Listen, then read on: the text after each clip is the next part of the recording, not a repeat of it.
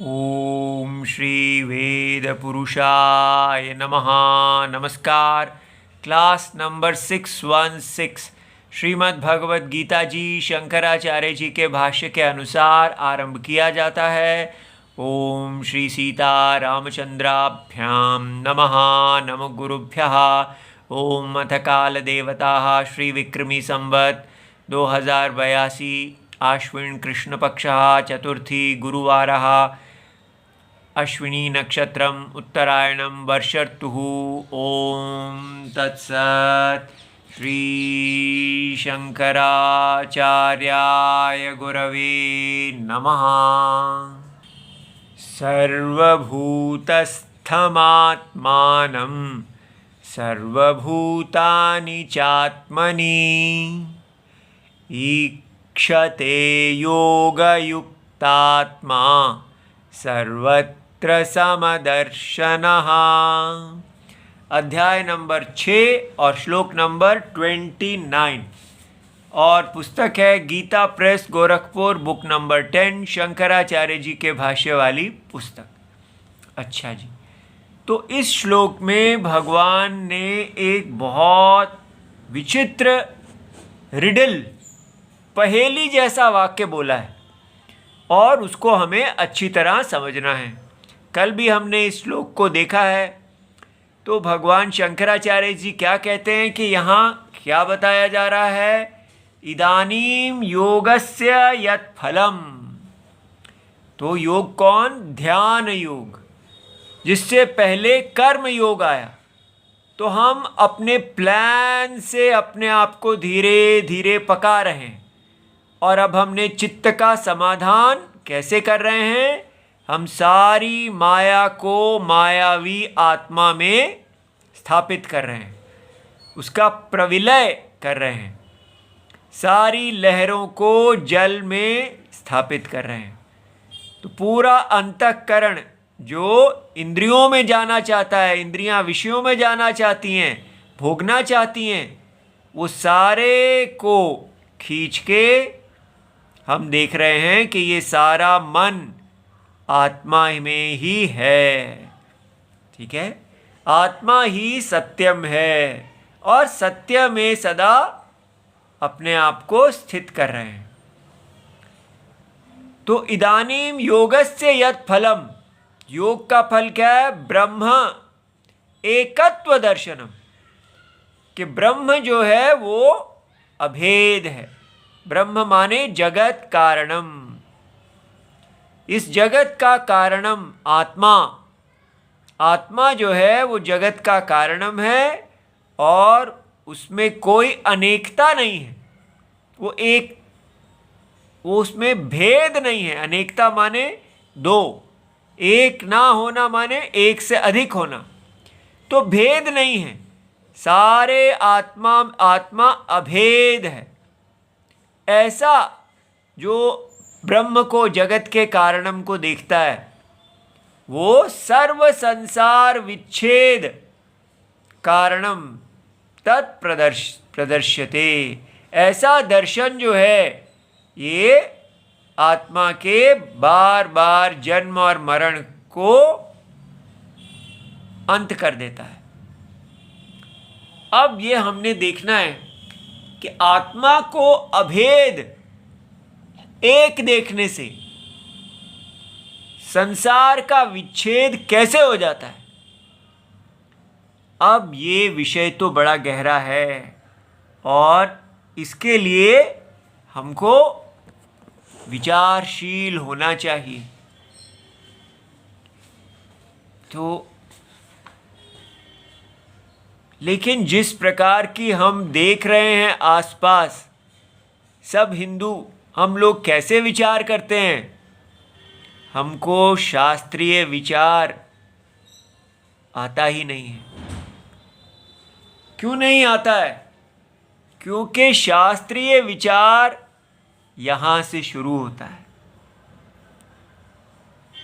इस यज्ञ पुरुष से।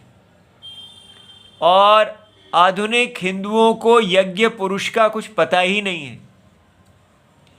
आधुनिक हिंदुओं को क्या पता है? आधुनिक हिंदुओं को पता है कि दुनिया एक बाजार है और इस बाजार में हमको आगे बढ़ना है।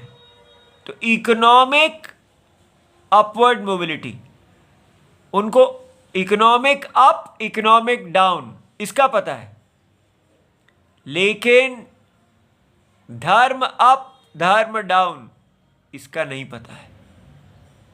जीवन में धर्म को कैसे बढ़ाया जाता है इसका आधुनिक हिंदुओं को नहीं पता है। धर्म इसमें कैसे गिरते हैं ये नहीं पता है। क्या पता है? आर्थिक उन्नति, इकोनॉमिक अपवर्ड मोबिलिटी क्या है ये पता है। पूरा जीवन हम इकोनॉमिक्स में ऊपर की तरफ जाते हैं और उसके लिए क्या कर रहे हैं हम? देखिए हमारी हिंदू थिंकिंग, जब हम इकोनॉमिक्स के पीछे भागते हैं तो हमको कभी प्राप्ति होती है, कभी नहीं होती है। तो इसलिए जब प्राप्ति नहीं होती है तो दुख होता है।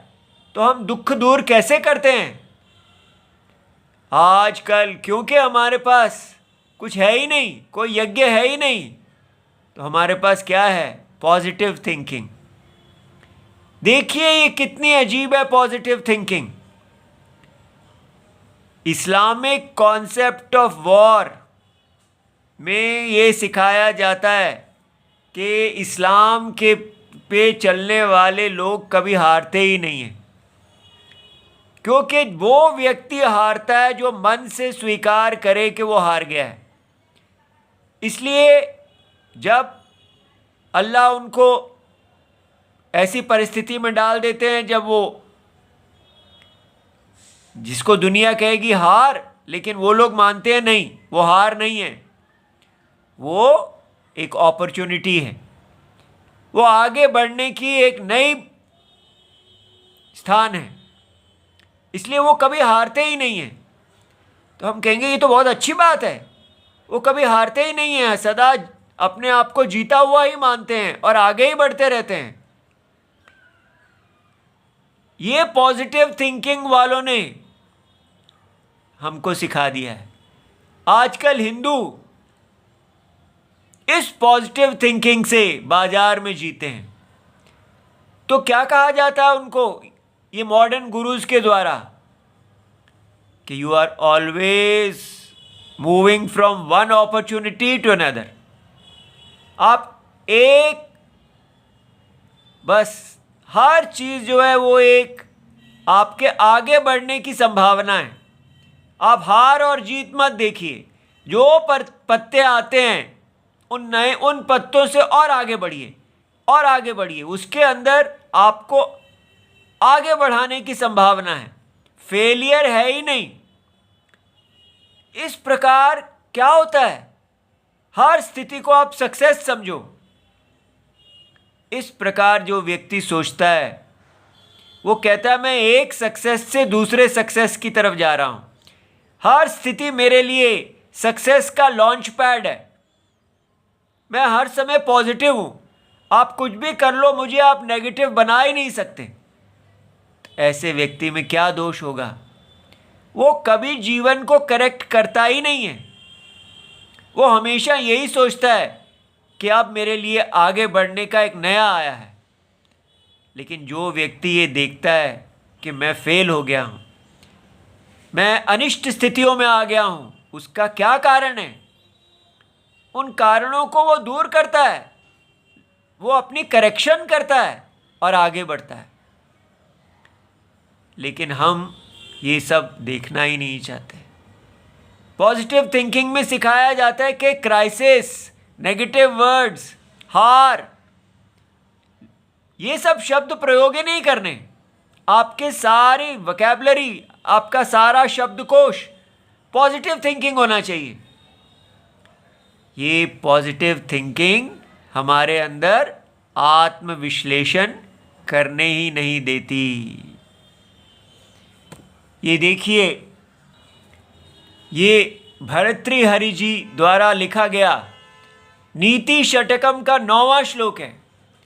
ये हमको पॉजिटिव थिंकिंग नहीं करवा रहा, ये हमको दिखा रहा है कि आपका गिरावट होती है, आप जीवन में गिरावट को देखिए। देखिए क्या क्या कहा गया है, शिवः शार्वम स्वर्गात, अर्थात गंगा जी शिव जी के सिर पर स्वर्ग से गिरती हैं। फिर पशुपति भगवान शिव जी के सिर से वो पर्वतों पे गिरती हैं जो सारी पृथ्वी को धारण किए हुए हैं, और फिर पर्वत के चोटियों से वो अवनी धरती पे आ जाती हैं, और फिर वो जलधि सागर में पहुंच जाती हैं, सागर के तल पे पहुंच जाती हैं। अधो अधो नीचे गिरते गिरते गंगा जी सबसे नीचे पहुंच जाती हैं। इसी प्रकार वो कहते हैं विवेक भ्रष्टा नाम, जो व्यक्ति धर्म और अधर्म के बीच में विवेक नहीं कर पाता वो विनिपातः, उसको गिरावट किस प्रकार की मिलती है, शतमुखम, 100 हर अनेक रूप से वो गिरता जाता है। लेकिन अगर हम यहाँ पर पॉजिटिव थिंकिंग लगा लें, गंगा जी ये कहें चलो स्वर्ग से गिर गई तो शंकर जी के सिर पे गिरना भी अपॉर्चुनिटी है, वहाँ से गिरी तो चोटियों पे गिरना भी अपॉर्चुनिटी है।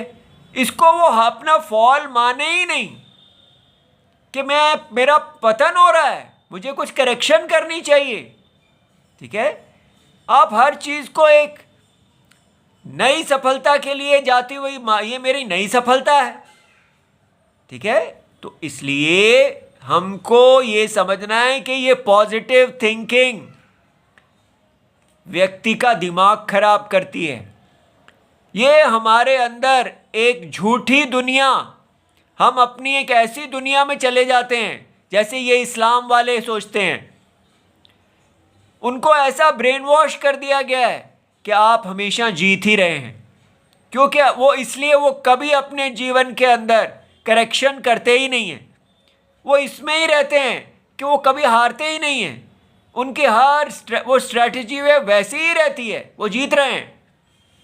इसलिए अपने पतन को देखें, जब पतन को देखेंगे तो अपनी करेक्शन करेंगे। हम हिंदुओं को देखना चाहिए कि हम केवल पैसा परायण हो गए हैं और बस देख ही नहीं रहे कि शास्त्र क्या कह रहा है, कि फॉल क्या है। जब आप यज्ञ को छोड़ के पैसा कमाने लग जाते हैं तो ये फॉल है, और गिरता हुआ व्यक्ति गिरता ही चला जाता है। सबसे पहले हमें यज्ञ में आना चाहिए। जब यज्ञ में आएंगे तो हमें समझ में आएगा कि यहाँ पर नारायण हैं। हमें ये नारायण दिखने चाहिए, वो पैसा देने वाले नारायण जिनकी मूर्ति पे कहो जाके कि हे भगवान, मैं पैसा कमाने के लिए यहाँ आया हूँ, आपको नमस्कार करता हूँ, मेरा पैसा बढ़ा देना। वो नारायण नहीं है, उस दोष से बाहर निकलें। ये नारायण हैं, यज्ञ रूप नारायण। आपको ये नहीं करना कि मैं पैसा कमाने आया हूँ, भगवान मेरे को पैसा देना। हमें करना है, हे भगवान, मैं आपके यज्ञ में आया हूँ और मैंने अपने जन्म के अनुसार, धर्म शास्त्र के अनुसार अपने यज्ञ स्थान को संभाल लिया है। अब आप मुझे योग्य बनाइए कि मैं अपने धर्म को करूं।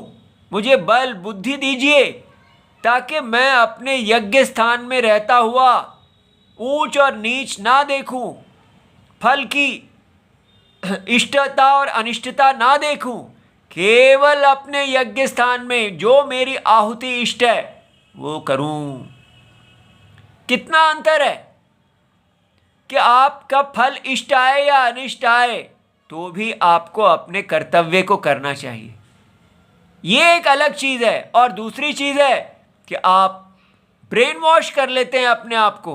No thinking, I am always succeeding, मैं हमेशा जीत रहा हूं और हर परिस्थिति मेरे लिए एक नई संभावनाएं ला रही है। बस मैं एक संभावना की स्थिति से दूसरी संभावना की स्थिति में जा रहा हूं। हर स्थिति एक अपॉर्चुनिटी है। ये पागलपन है, ठीक है, इस्लामिक पागलपन, और वही हिंदुओं में आज पॉजिटिव थिंकिंग के नाम से आता जा रहा है। हमें पॉजिटिव थिंकिंग नहीं करनी। ये वेद आपको सत्य दिखा रहे हैं। यज्ञ एक सत्य है। यदि हम यज्ञ के अनुसार चलते हैं तो हम ऊपर जाते हैं, और यज्ञ के अनुसार नहीं गिरते तो अधोपतन होता है हमारा। हमें पतन की तरफ नहीं जाना है, हमें अपने कल्याण की ओर जाना है। अपने आप को कल्याण मार्ग पे डालें, करेक्शन करें, विचार करें कि कैसे ये सत्य है। जब हम इस पे आते हैं तब अब देखिए, जो व्यक्ति इस यज्ञ में है उसके लिए ये बैठेगा ठीक। कैसे? इस श्लोक में एक बड़ी विचित्र बात कही गई है। सर्वभूतस्थम आत्मानम सर्वभूतानि च आत्मनि। देखिए कितना विचित्र है। पहला है सर्वभूतस्थम, आत्मा को। आत्मा जो है वो सारे के सारे शरीरों के अंदर है, ठीक है। आत्मा को सभी भूतों में स्थित जितने शरीर हैं उन सबके अंदर आत्मा को देखना। ये बात समझ में आई? ये क्या है कि पहले आप क्या देख रहे थे, ये दृष्टि होनी चाहिए। पहले हम समझते थे वेद के चक्षु खुलने से पहले कि ये मैं तो केवल इतना शरीर हूं, ये शरीर मैं हूं। तो क्या हो गया? आत्मा इतनी ही रह गई। तो आत्मा इस शरीर की अलग है, इस शरीर की अलग है, इसकी अलग है, इसकी अलग है, और समष्टि का तो हमें पता ही नहीं है। हम सोचते हैं समष्टि कहीं और है, भगवान कहीं और है, और हम अनेक जीव हैं। हर शरीर के अंदर एक अलग आत्मा है। अब इसकी जो करेक्शन हुई तो इस ध्यान योगी ने क्या देखा कि ये शरीर के अंदर, उनके अपने शरीर के अंदर जो वो अनुभव करते हैं आत्मा का ज्योति स्वरूप निर्विकार आत्मा, वो क्या है? सर्वभूतस्थम। जो वो केवल अपने शरीर में आत्मा जिसको देखते थे, अब वो देख रहे हैं कि वो आत्मा सर्वभूतस्थम है, वो सारे शरीरों में है, ठीक है। इसका मतलब इससे क्या समझ में आया कि आत्मा सर्वात्मा है। आत्मा अल्प आत्मा नहीं है, आत्मा सर्वात्मा है। अब उसी के बाद तो इतने में काम हो जाना चाहिए, फिर दूसरी लाइन की क्या आवश्यकता है? उसके बाद भगवान ने बोला सर्वभूतानि च आत्मनि। ये क्या है? तो सर्वभूतानि च आत्मनि है, सभी भूतों को आत्मा में देखा। देखिए बिल्कुल उल्टा, पहले है आत्मा को भूतों में देखा, और यहां है भूतों को आत्मा में देखा। अरे ये क्या है? पहले जैसे कहें पेन को हाथ में देखा, और फिर कहें हाथ को पेन में देखा, ऐसे तो बनता नहीं है। यहां था सारे के सारे शरीर आत्मा में है, और यहां क्या है? ये देखिए सारे के सारे आत्मा में सारे शरीर हैं, और यहां है आत्मा सारे शरीरों के अंदर है। यहां है शरीर आत्मा के अंदर है, यहां है आत्मा शरीरों के अंदर है। ये दोनों कैसे ट्रू हो सकते हैं? ठीक है, देखिए कितना अजीब सा वाक्य है, लेकिन हम इसको देख लेंगे कैसे। ये देखिए, अगर हम ये पहले कहते हैं आत्मा सारे शरीरों के अंदर है, तो क्या हुआ? हम ब्रह्मा जी तक पहुंच गए। ब्रह्मा जी प्रथम ज हैं, तो उनके शरीर के अंदर ही वो सबसे बड़ा शरीर है। ब्रह्मा जी का शरीर अनंत है, उनके शरीर के अंदर वो सूक्ष्म शरीर है। सबसे पहले कारण शरीर में से सूक्ष्म शरीर ब्रह्मा जी की उत्पत्ति होती है। तो ब्रह्मा जी का जो आत्मा है वही सारे जगत का आत्मा है। तो ब्रह्मा जी के शरीर ने जो शरीर धारण किया हुआ है सूक्ष्म शरीर, उसी शरीर में से स्थूल शरीर आया, ये जागृत शरीर। ये मन के द्वारा व्याप्त है, सूक्ष्म शरीर के द्वारा व्याप्त है, ठीक है, एक्स्ट्रा नहीं है। जैसे जल के द्वारा लहरें व्याप्त हैं, इसी प्रकार यहां कहा गया कि ब्रह्मा जी के शरीर जो है उसी के अंदर सारे शरीर हैं। ये बात समझ में आ रही है? ब्रह्मा जी का जो सूक्ष्म शरीर है उसी के अंदर इंद्र का शरीर है, सारी इंद्रियां, और फिर उसके अंदर सारा स्थूल शरीर, सब कुछ ब्रह्मा जी के शरीर के अंदर है। तो ब्रह्मा जी की आत्मा जो है वो सर्वात्मा हुई, लेकिन फिर भी ब्रह्मा जी जो हैं वो एक जीव हैं। तो जब ये दूसरा वाक्य हम कहते हैं कि आत्मा में सारे शरीर हैं, तो क्या हो जाता है? आत्मा बड़ी हो गई और शरीर छोटा हो गया। जब हमने कहा आत्मा शरीर सारे शरीरों के अंदर एक है, तो आत्मा इस शरीर से निकली लेकिन इसके अंदर आ गई, तो भी वो सबसे बड़े शरीर के अंदर रही। लेकिन जब ये कहा कि ये सबसे बड़ा शरीर भी आत्मा के अंदर है, तो क्या हुआ? आत्मा अब जगत कारणम बन गई, ठीक है, जगत कारणम। यहां हमने इस वाक्य ने आत्मा का सर्वात्मत्वम सिद्ध किया।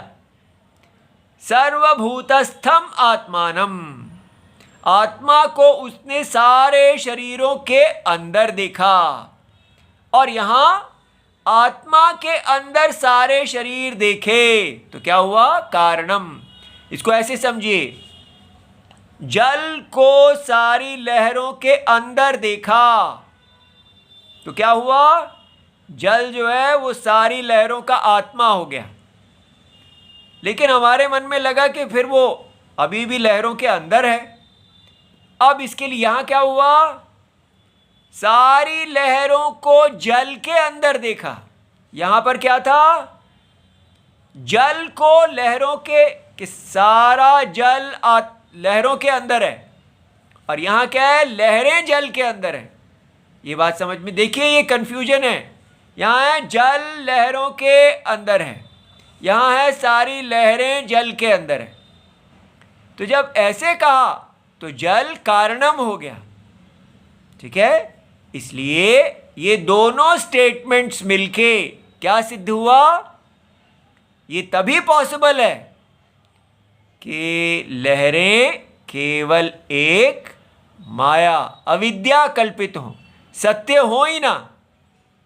तो सत्य जो है वो असत्य शरीर का सर्वात्मा होता है, पहली बात, ठीक है।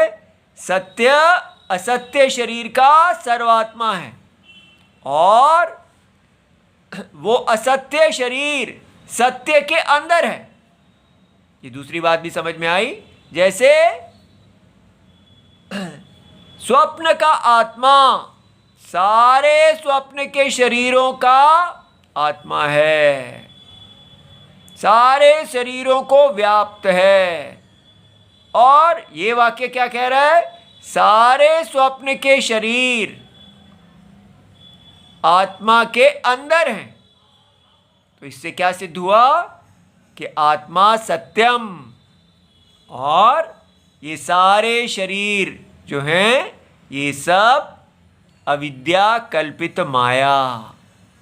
इसको देखने से समझ में आया ब्रह्म एकत्व दर्शनम, कि ब्रह्म जो है वो एक है। अब ब्रह्म माने सर्वात्मा, ठीक है। सारे शरीरों में जो आत्मा है वो एक है, और सारे शरीर एक आत्मा में ही कल्पना है। ठीक है, इसलिए ये भी नहीं है कि शरीर और आत्मा दो हैं। तो पहले वाक्य ने क्या किया, आत्मा को यहां से मुक्त किया, इस शरीर से मुक्त किया, और समष्टि शरीर का आत्मा बना दिया। तो तब भी हमें लगा कि फिर आत्मा जो है इस शरीर से बद्ध होगी।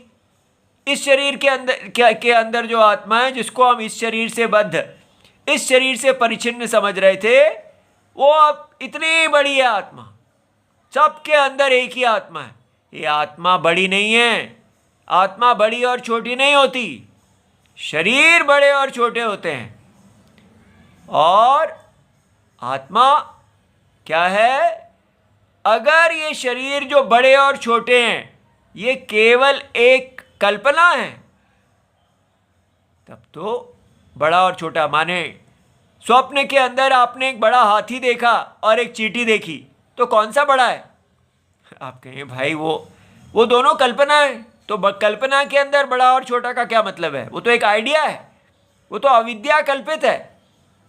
इसी प्रकार बड़ापन और छोटापन दोनों जो हैं वो एक सांप ही है। इसलिए इसका सत्यम ना बड़ा है ना छोटा है, ना व्याप्य है ना व्यापक है। इस प्रकार ये इतना गहरा है विचार कि आत्मा निराकार है, आकार व्याप्य या व्यापक होता है, लेकिन आत्मा वास्तव में सारे इस आइडिया का व्यापक है, सारी कल्पना को व्याप्त है, इसलिए कल्पना से अस्पृष्ट है। द्वैतम भेद कल्पना के अंदर है, स्वप्न के अंदर अनेकता है, लेकिन स्वप्न की आत्मा में एकता है। इसको कहते हैं ब्रह्म एकत्व दर्शनम। ये है सर्वभूतस्थम आत्मानम और सर्वभूतानि च आत्मनि। ठीक है, इसको ईक्षते योग युक्तात्मा सर्वत्र समदर्शन। तो जो योग युक्त आत्मा है, जो सदा इस विचार में है कि वो देखते हैं कि इस संसार में कोई भी चीज़ इष्ट नहीं है, उनका मन ऐसी जगत की आत्मा से, ब्रह्म से नहीं हटता, क्योंकि मन को ब्रह्म से हटाने का एक ही कारण है, इष्ट।